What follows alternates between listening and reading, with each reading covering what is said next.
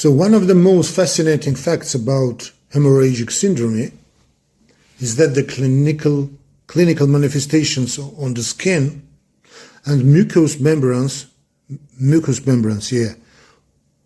often reflect the underlying mechanism of the bleeding disorder.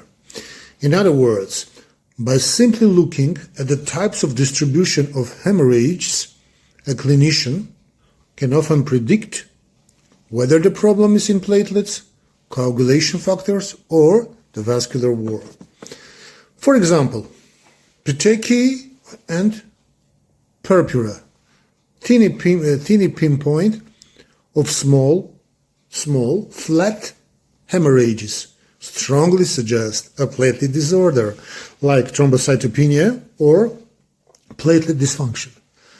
Another point, large, deep hematomas within muscles or joints are more typical of coagulation factor deficiencies such as hemophilia. Spontaneous bruises or bleeding from mucous membranes may point toward vascular fragility or connective tissue disorders, like autoimmune ones. This diagnostic map on the skin, is one of the oldest bedside tools in hematology and remains invaluable even in the area of advanced laboratory testing, my beloveds. It teaches us to combine physical examination with pathophysiology. From an exam perspective, my beloveds, always remember the triad of mechanisms leading to hemorrhagic symptoms. Hemorrhagic syndrome, actually. First, platelet disorders, quantitative or qualitative. Second point, coagulation factor deficiencies.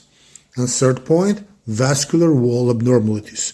So, the most interesting fact is that hemorrhagic syndrome is not just about, bleeding. It's a clinical clue that guides us toward a specific pathogenesis, sometimes even before lab results are available. Is that clear? Great. Stay blessed.